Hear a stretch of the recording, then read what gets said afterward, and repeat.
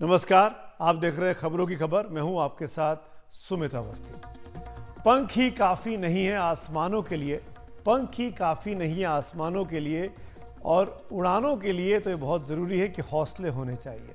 जी हाँ, आज खबरों की खबर की शुरुआत इस बात से इसलिए की जा रही है कि आज की हमारी लीड स्टोरी हौसले, अनुशासन और जीवट से जुड़े एक ऐसे शख्स की कहानी है जो जिंदगी की जंग में मौत को न केवल मात देकर आया, बल्कि अपने परिश्रम और जिद से कामयाबी के उसी शिखर पर पहुंच गया जहां वो पहले हुआ करता था।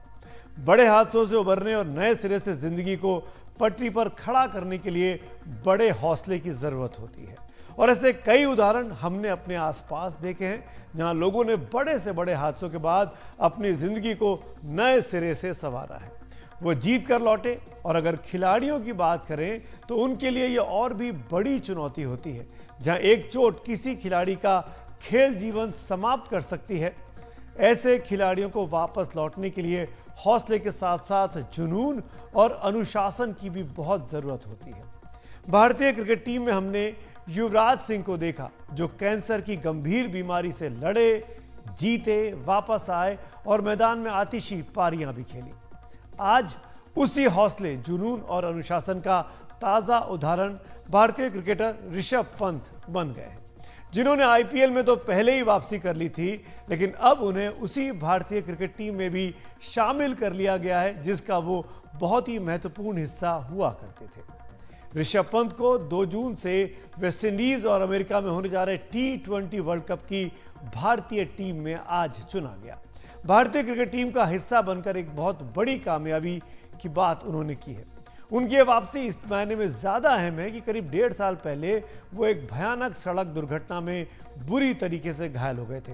ये तस्वीरें उसी वक्त की आप देख रहे हैं। 30 दिसंबर 2022 की वो रात थी।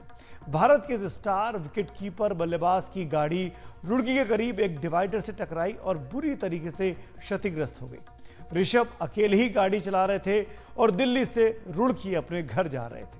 इस हादसे में ऋषभ पंत को सिर, कमर और घुटनों में जबरदस्त चोट लगी थी। हादसे के बाद कुछ लोग तुरंत मदद को आए। इससे ऋषभ को समय पर अस्पताल पहुंचा दिया गया और उनकी जान तो बच गई, लेकिन जिस तरह की गंभीर चोटें उन्हें आई थी, तो कई विशेषज्ञों ने कहा कि उनका क्रिकेट करियर अब खत्म हो चुका है।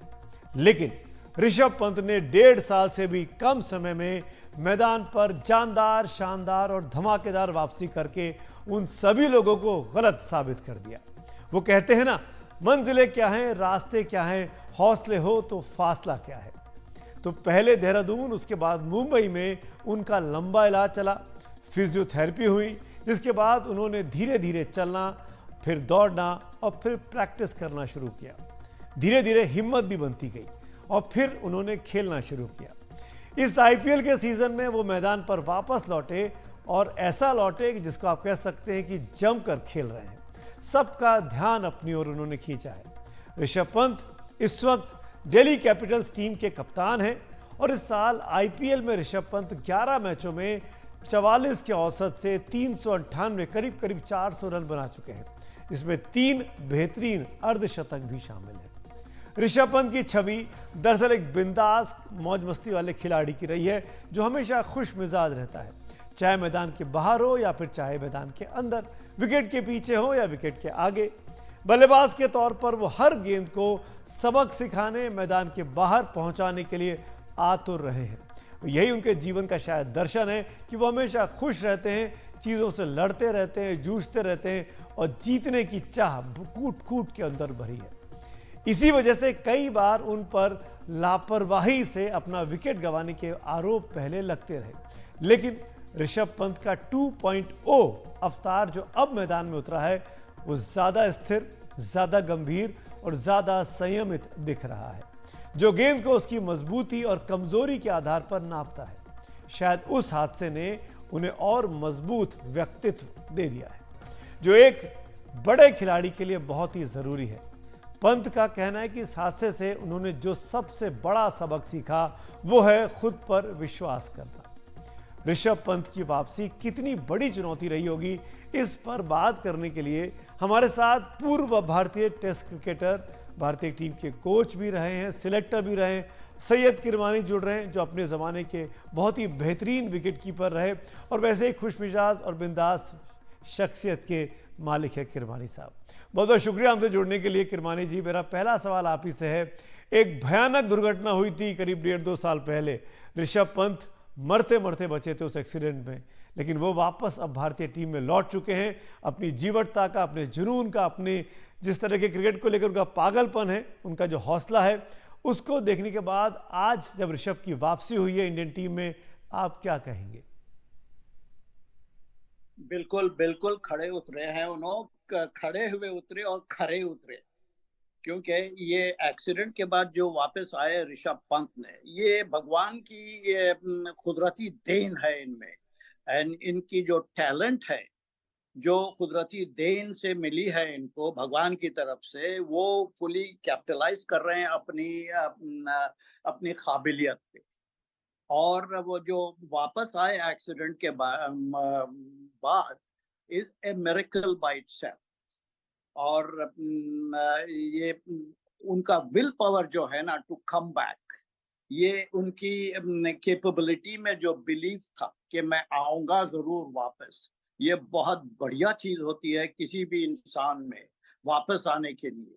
और जिस तरीके से इन्होंने अपना प्रदर्शन दिखाया है आईपीएल में आके, और इन्होंने जो नेशनल क्रिकेट एकेडमी जो बेंगलोर में रिहैबिलिटेशन जो सेंटर है वहां पे इनका बोर्ड ऑफ कंट्रोल का, तो यहाँ पे इन्होंने बहुत ही जबरदस्त मेहनत की है। और ये मेहनत का फल उनको मिल रहा है कि किसी को उम्मीद नहीं थी कि भाई ये he will come back into the same form. जिस तरीके से इन्होंने शुरुआत की अपने आईपीएल में, और जो प्रदर्शन दिखाया इन्होंने बल्लेबाजी में और विकेट कीपिंग में खास तौर से, इतना कॉन्फिडेंस, इतना हौसला अफजाई इनको मिली है, इतना कॉन्फिडेंस आया है इनकी बैटिंग में, और इतना बदलाव आया है विकेट कीपिंग में भी। बेहतरीन विकेट कीपिंग का इन्होंने मुजाहरा कर रहे हैं। और बल्लेबाज तो खैर बल्लेबाजी में जिस तरीके से इन्होंने अनोखे स्ट्रोक्स जो खेलते हैं शुरुआत से ही, ये सब गिफ्टेड एबिलिटीज को कहते हैं। किरमानी साहब, नो डाउट आप जो बात कर रहे हैं कि विल पावर जो दिखाया इन्होंने वो लाजवाब रहा। लेकिन एक चीज़ और पूछना चाहूँगा, आप आईपीएल की जिक्र कर रहे थे, आईपीएल के में जिस तरीके से ऋषभ पंत इस वक्त खेल रहे हैं, क्या आपने भी नोटिस किया है कि वो बहुत ज़्यादा मैच्योर हो चुके हैं? एक्सीडेंट के पहले वाला ऋषभ और एक्सीडेंट के बाद वाला ऋषभ, इसमें अंतर आ चुका है? देखिए, जिसको भी ये गिफ्टेड एबिलिटी मिलती है ना, ये बचपने से ही, पैदाइशी से ही मिलती है। ये अपना नहीं सकता कोई भी कि भाई he is a natural player, he is a gifted natural player. और इसी में ये जो उभर के आया है ये खिलाड़ी, हर कोई is a gifted player in some form और दी अदर। ठीक है, उसके ऊपर आपको कड़ी कोशिश, कड़ी मेहनत और सेल्फ बिलीफ होनी चाहिए, सेल्फ कॉन्फिडेंस होनी चाहिए, नॉट ओवर कॉन्फिडेंस। तो इस लिहाज से मैं समझता हूं जिस तरीके से ऋषभ पंत ने अपने आप को संभाला है, अपने आप को मैच्योरिटी लेके आए हैं, he will be matured further also with the experience. ये एक्सपीरियंस ही आपको काम आती है इवेंचुअली टू मैच्योर योरसेल्फ। और हर खिलाड़ी जो है ना, ये अभी he is in the process of learning, and हर कोई खिलाड़ी can not be perfect, right? He's learning at every stage. He's learning हर मैच में, हर टूर्नामेंट में is a learning process। चाहे कोई भी क्रिकेटर किसी भी मेयार का क्यों ना हो। तो मैं समझता हूँ और ऋषभ पंत को अभी बहुत आगे जानी है। और हर खिलाड़ी जो है ना, 30 साल की उम्र के बाद है सो वो मैच्योर होने लगता है। 30 साल तक के वो he is learning how to progress, he is learning how to control his temperament. किरोनी साहब, ऋषभ लंबे शॉट्स खेलते हैं, बड़े बड़े शॉट्स खेलते हैं, और ऐसा लगता है कि T20 के लिए ही वो पैदा हुए हैं। अब T20 की टीम में, वर्ल्ड कप टीम में उनकी वापसी हुई है। आप खुद एक बड़े शानदार विकेटकीपर बल्लेबाज रहे हैं। T83 वर्ल्ड कप में आप भी उस टीम का हिस्सा रहे जिसने पहली बार भारत को वर्ल्ड कप जिताया। हालांकि वो 50 ओवर का मैच था। लेकिन मेरा सवाल आपसे ये है, ऋषभ पंत के लिए इस वक्त पर किरमानी साहब की क्या सलाह होगी, क्या राय आप उनको देना चाहेंगे इस वर्ल्ड कप के मद्देनजर? से मैं समझता हूं कोई सलाह की जरूरत नहीं है ऋषभ पंत को. He should carry on, keep his head on his shoulder. That is very important to any cricketer, not only to Rishabh Pant. Particularly युवा खिलाड़ी को ओवर कॉन्फिडेंस में नहीं आनी चाहिए. और वैसे ही एक सलाह देना चाहूंगा मैं सोशल मीडिया को भी कि भाई एक युवा खिलाड़ी जो बेहतरीन प्रदर्शन दिखाता है, कंसिस्टेंसी दिखाता है, तो उसको सातवें आसमान पर मत बिठाओ यार उसको. क्योंकि यंग दिमागों में जब ये आ जाता है कि भाई he is considered and compared to the best in the world और द बेस्ट आइकॉनिक प्लेयर जो होता है ना, तो अरे बाप रे मेरे को इससे कंपेयर किया गया है, तो उसका दिमाग जरा थोड़ा सा इधर से उधर हिलने लगता है और ऊंचा देखने लगता है खिलाड़ी. तो ये नहीं होनी चाहिए. So you got to be humble. और जो भी अचीवमेंट्स खिलाड़ी करता है तो उसको he should keep his head, level headedness बोलते हैं जिसको, और not look up into the sky. Right, he has to be humble. He has to look at his achievements with great humility. ठीक है ना. तो ये मेरी सलाह है सारे युवा खिलाड़ियों के लिए कि भाई लुक इनटू योर कैपेबिलिटीज, अपने आप की काबिलियत देखो, किस मेयार के हैं आप. कंपेयर अगर करा कोई खिलाड़ी एक दूसरे से तो वो आगे नहीं पहुंच पाएगा, ज्यादा आगे नहीं पहुंच पाएगा. तो अपने आप को देखो और जो भी अचीवमेंट्स एक खिलाड़ी करता है उसको अपनाओ और कीप गोइंग अहेड. बहुत बहुत शुक्रिया किरमानी साहब हमसे बात करने के लिए. बहुत ही ईमानदारी से, बहुत ही शानदार तरीके से आपने पूरी कहानी को सम अप करने की कोशिश की और इसी हौसले और इसी अनुशासन और जीवटता की कहानी के हीरो ऋषभ पंत है आज की तारीख में. किरमानी साहब से इस बातचीत के बाद T20 वर्ल्ड कप टीम का जायजा भी ले लेते हैं. आपको बता देते हैं कि आज जो टीम ऐलान हुई उसमें कौन कौन लोग हैं. टीम में रोहित शर्मा कप्तान बनाए गए हैं. उनके अलावा यशस्वी जायसवाल, विराट कोहली, सूर्य कुमार यादव, संजू सैमसन, ऋषभ पंत, हार्दिक पांड्या जो कि उप कप्तान भी है, शिवम दुबे, रविंद्र जाडेजा, अक्षर पटेल, कुलदीप यादव, यजुवेंद्र चहल, अर्शदीप सिंह, जसप्रीत बुमराह, मोहम्मद सिराज. इसके अलावा 4 खिलाड़ियों को रिजर्व के तौर पर टीम में शामिल किया गया है और ये हैं शुभमन गिल, रिंकू सिंह, खलील अहमद और आवेश खान.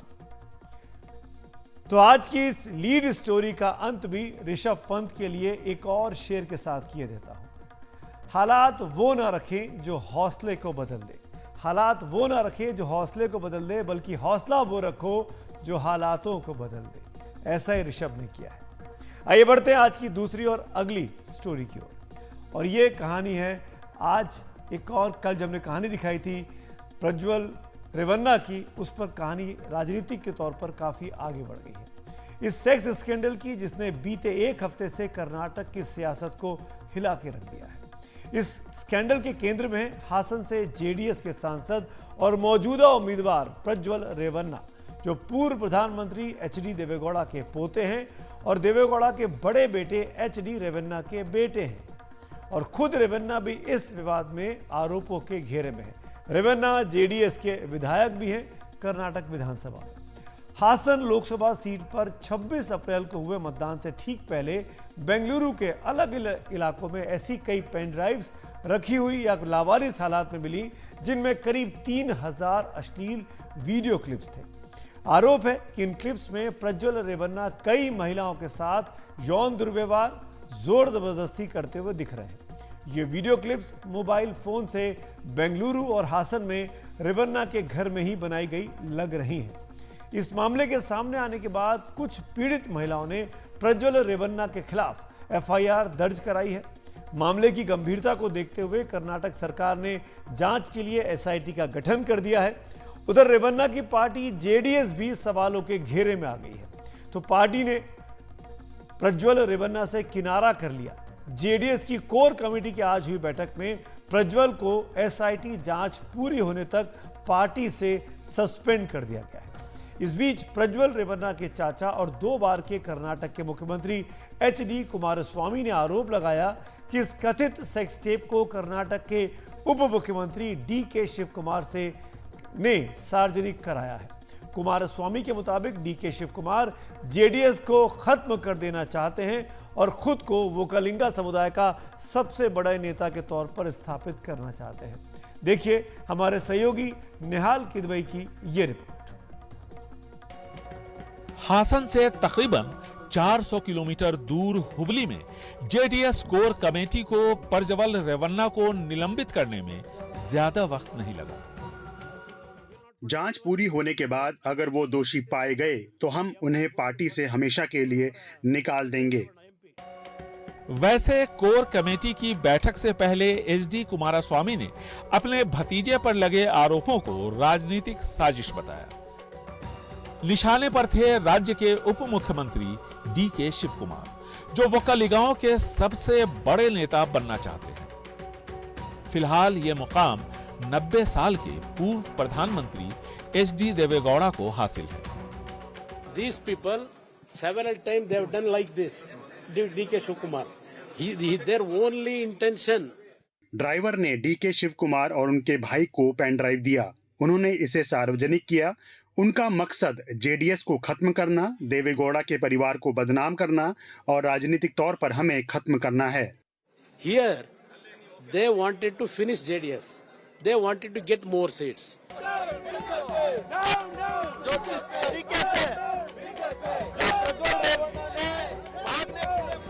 इधर कर्नाटका में प्रज्वल रेवन्ना की गिरफ्तारी की मांग को लेकर काफी हंगामा मच रहा है। धरना प्रदर्शन चल रहे हैं। इसी बीच रेवन्ना परिवार के पूर्व ड्राइवर कार्तिक गौड़ा का वीडियो सामने आया।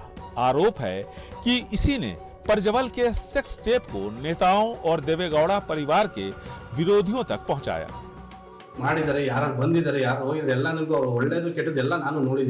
मैंने वहाँ 15 साल काम किया है। मैंने उनके अच्छे बुरे दोनों पहलू देखे हैं। मैंने पहले एक प्रेस मीट की थी। मेरे साथ काम करने वाले एक व्यक्ति ने भी अपनी बात रखी थी। मुझे उम्मीद है कि और लोग भी सामने आएंगे। मैं एसआईटी के पास जाऊंगा। मैं उन्हें सब विवरण और दस्तावेज दूंगा।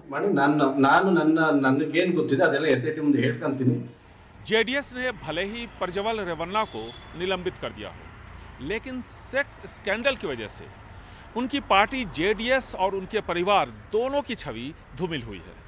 वहीं दूसरी तरफ प्रज्वल रेवन्ना के चाचा एचडी कुमारस्वामी का आरोप है कि राज्य के उप मुख्यमंत्री डीके शिव कुमार प्रज्वल रेवन्ना के सहारे न सिर्फ जेडीएस को राजनीतिक तौर पर हाशिए पर लाने की कोशिश कर रहे हैं, बल्कि खुद को वोकलिगांव के एक बड़े नेता के तौर पर स्थापित करने की कोशिश में भी जुटे हैं।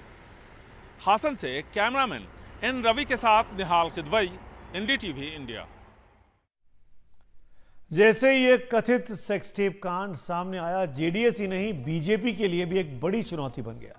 कर्नाटक में बीजेपी और जेडीएस मिलकर चुनाव लड़ रहे हैं और राज्य की 14 सीटों पर 26 अप्रैल को मतदान हो चुका है, तो बाकी की 14 सीटों पर 7 मई को मतदान होना है। मत भूलिए कि पिछली बार बीजेपी ने 28 में से 25 लोकसभा सीटें कर्नाटक में जीती थी। कांग्रेस ने इस मामले में बीजेपी को लपेटने में देर नहीं की है। इस मामले में कल ही कांग्रेस महासचिव प्रियंका गांधी ने बीजेपी पर निशाना साधा था, जिस पर गृह मंत्री अमित शाह ने आज पलटकर जवाब दिया। उन्होंने कहा कि बीजेपी देश की मातृशक्ति के साथ है। उन्होंने उल्टा कांग्रेस से सवाल पूछा कि इस मामले में कार्रवाई कर्नाटक की कांग्रेस की सरकार को करनी चाहिए थी, वो इतनी देर तक चुप क्यों बैठी रही। कर्नाटका में एक बहुत बड़ी बात निकली है कि उनके साथ जो मंच पे खड़े थे, जिनके लिए मोदी जी ने वोट मांगा, उन्होंने हजारों महिलाओं के साथ दुष्कर्म किया। क्या कहते हैं हमारे प्रधानमंत्री इसके बारे में? हमारे गृह मंत्री क्या कहते हैं इसके बारे में? कुछ समय पहले 3 दिनों के लिए मैं अपनी बेटी से मिलने गई। प्रधानमंत्री जी, गृह मंत्री जी बोलने लगे कि प्रियंका गांधी विदेश में गई है। जहां मैं जाती हूं इनको पता चल जाता है, जहां विपक्ष के नेता जाते हैं इनको पता चल जाता है। लेकिन इस तरह का अपराधी, इस तरह का राक्षस इस देश को छोड़ के चले जाता है और इनको पता नहीं चलता। कांग्रेस पार्टी जो हम पर आरोप लगाना चाहती है, मैं छोटी सी बात पूछना चाहता हूं, वहां सरकार किसकी है? सरकार कांग्रेस पार्टी की है। फेक वीडियो आपके ध्यान में ही होंगे क्योंकि टाइम पर रिलीज किए गए हैं। और अब तक कार्यवाही कांग्रेस पार्टी ने क्यों नहीं की? क्यों जांच नहीं हो रही है? हम जांच के पक्ष में है और हमारे साथी दल जेडीएस ने भी उन पर कदम उठाने की घोषणा की है। आज शायद उनकी कोर कमेटी की मीटिंग है और कदम उठाए भी जाएंगे। हम महिला शक्ति के अपमान का, मातृशक्ति के अपमान का घोर निंदा करते हैं। आइए बढ़ते अगली खबर की ओर। अब एक और अहम मुद्दा, खालिस्तानी आतंकवादी गुरपतवंत सिंह पन्नू की हत्या की साजिश से जुड़े अमेरिकी अखबार वॉशिंगटन पोस्ट की खबर को भारत सरकार ने सिरे से खारिज कर दिया है और इस पर काफी सख्त प्रतिक्रिया भी दी है। इस मामले में आगे बढ़ने से पहले आपको बता दें, गुरपतवंत सिंह पन्नू एक प्रतिबंधित संगठन सिक्स फॉर जस्टिस SFJ का प्रवक्ता है और लीगल एडवाइजर है और अलग खालिस्तान की मांग करने वाले मुख्य आतंकियों में से एक है। भारत विरोधी गतिविधियों में उसका सीधा हाथ रहा है और भारत में सिखों की भावनाएं भड़काने की वो अक्सर साजिश करता रहा है। वॉशिंगटन पोस्ट ने अपनी रिपोर्ट में गुरपतवंत सिंह पन्नू की हत्या की साजिश में भारत के एक खुफिया अधिकारी की पहचान का दावा किया। रिपोर्ट में भारतीय खुफिया एजेंसी रॉ के एक अधिकारी विक्रम यादव का नाम लिया गया और आरोप लगाया गया कि वो अमेरिका में पन्नू की हत्या कराने की साजिश में शामिल थे। यही नहीं, यह भी कहा गया कि साजिश को रॉ के तत्कालीन प्रमुख सामंत गोयल ने खुद मंजूरी दी थी। वॉशिंगटन पोस्ट ने अपनी रिपोर्ट में कहा था कि भारत उत्तर अमेरिका में घातक ऑपरेशन करेगा। इस बात से ही पश्चिम के सुरक्षा अधिकारी हैरान हैं। यादव की पहचान और उसका संबंध इस हत्या की साजिश का सबसे खुला सबूत है। अमेरिकी सरकार द्वारा नाकाम की गई साजिश को भारत की खुफिया एजेंसी द्वारा निर्देशित किया गया। यही नहीं, रिपोर्ट में कहा गया कि CIA, FBI और अन्य एजेंसियों की जांच में इस साजिश के तार प्रधानमंत्री मोदी के इनर सर्कल से जुड़े हो सकते हैं। वॉशिंगटन पोस्ट की इस रिपोर्ट पर विदेश मंत्रालय ने सख्त प्रतिक्रिया जताई है। विदेश मंत्रालय के प्रवक्ता रणधीर जायसवाल ने कहा कि एक गंभीर मामले में इस रिपोर्ट में गैर जरूरी और तथ्यहीन आरोप लगाए गए हैं। संगठित अपराधियों, आतंकवादियों और अन्य के नेटवर्क को लेकर अमेरिकी सरकार की सुरक्षा चिंताओं के मद्देनजर भारत सरकार इस मामले की उच्च स्तरीय जांच कर रही है। ऐसे में इस मामले में अटकलबाजी और गैर जिम्मेदाराना टिप्पणियां सहायक नहीं होंगी। ये मामला पिछले साल भारत और अमेरिका के बीच शीर्ष स्तर पर उठा था। इस मामले में एक भारतीय निखिल गुप्ता का नाम सबसे पहले सामने आया। पिछले साल नवंबर में अमेरिका के मैनहट्टन के एक संघीय कोर्ट में अमेरिकी न्याय विभाग द्वारा दायर आरोप पत्र में कहा गया था कि गुरपतवंत सिंह पन्नू को मारने की साजिश में निखिल गुप्ता और 2 अन्य लोग शामिल थे। निखिल गुप्ता पर आरोप था कि उसने हत्या के लिए एक हिटमैन को भाड़े पर लेने की कोशिश की और यह हिटमैन अमेरिका का एक अंडर कवर फेडरल एजेंट निकला। निखिल गुप्ता को चेक रिपब्लिक में गिरफ्तार किया गया। इसी दौरान अमेरिकी अधिकारियों ने एक भारतीय अधिकारी का नाम न लेते हुए आरोप लगाया कि उसने ये साजिश रची और उसे CC1 नाम दिया गया। वॉशिंगटन पोस्ट की रिपोर्ट में उसी CC1 को विक्रम यादव नाम का एक रॉ अधिकारी बताया गया है। हालांकि भारत सरकार ने वॉशिंगटन पोस्ट की रिपोर्ट को पूरी तरीके से तथ्यहीन करार दे दिया है। इस पूरे मामले के सामने आने के बाद अमेरिका ने भारत से मांग की कि वो गंभीरता से इन आरोपों की जांच करे और भारत सरकार इस मामले को काफी गंभीरता से लेकर अपने स्तर पर जांच कर रही है। ऐसे में वॉशिंगटन पोस्ट की रिपोर्ट पर अमेरिकी सरकार की भी प्रतिक्रिया मिली है। वॉशिंगटन पोस्ट की इस रिपोर्ट पर व्हाइट हाउस के प्रवक्ता करीन जीन पियरे ने भी अपनी प्रतिक्रिया दी। उन्होंने कहा कि एक जांच चल रही है और न्याय विभाग एक आपराधिक जांच कर रहा है, इसीलिए किसी भी खास जानकारी के लिए मैं आपको न्याय विभाग जानने के लिए कहूंगी। उन्होंने ये भी कहा कि भारत अमेरिका एक अहम सामरिक साझेदार है और हम कई क्षेत्रों में सहयोग का विस्तार करने के लिए एक महत्वाकांक्षी एजेंडे पर काम कर रहे हैं। हम कई बार कह चुके हैं कि यह गंभीर मुद्दा है और हम इसे एक बहुत गंभीरता से ले रहे हैं। भारत सरकार ने हमें स्पष्ट तौर पर कहा है कि वो इसे गंभीरता से ले रही है और इसकी जांच भी करेगी। हम इस आधार पर भारत सरकार से जवाबदेही की उम्मीद करते हैं, लेकिन हम अपनी चिंताएं उठाते रहेंगे। वो नहीं रुकेगा। हम सीधे भारत सरकार के साथ अपनी चिंताओं को उठाना जारी रखेंगे। नवंबर 2023 में ही भारत में नेशनल इन्वेस्टिगेटिंग एजेंसी एनआईए ने एयर इंडिया और उसके यात्रियों को धमकाने के आरोप में गुरु पतवंत सिंह पन्नू के खिलाफ आतंकवाद से जुड़ी धारा यूएपीए के तहत केस दर्ज किया था। इसी धारा के तहत पन्नू के संगठन एसएफजे पर जुलाई 2019 से केंद्रीय गृह मंत्रालय ने पाबंदी लगाई हुई है। वॉशिंगटन पोस्ट की ताजा रिपोर्ट के क्या मायने हैं, इस पर चर्चा के लिए हमारे साथ सामरिक मामलों के जानकार ब्रह्म चलानी जी भी अब जुड़ गए हैं। ब्रह्म चलानी जी, वॉशिंगटन पोस्ट की इस रिपोर्ट को कितना गंभीर आप मानते हैं और उससे भारत सरकार द्वारा खारिज करने को किस तरह से देखते हैं? जो रिएक्शन आया एमईए से वो एक दिन लेट आया। ये रिएक्शन कल ही आना चाहिए था, क्योंकि काफी डैमेजिंग रिपोर्ट छपी थी वॉशिंगटन पोस्ट में फ्रंट पेज पर। अंग्रेजी में बोला जाता है इसको हिट जॉब। ये भारत के खिलाफ एक हिट जॉब था। ये अमेरिकन सरकार के तरफ से कुछ लीक्स के बेसिस पर ये स्टोरी लिखी गई थी वॉशिंगटन पोस्ट में। और जो एक नॉन टेररिस्ट है ये पटवंत, उसको वॉशिंगटन पोस्ट ने डिस्क्राइब किया एज मोदी क्रिटिक।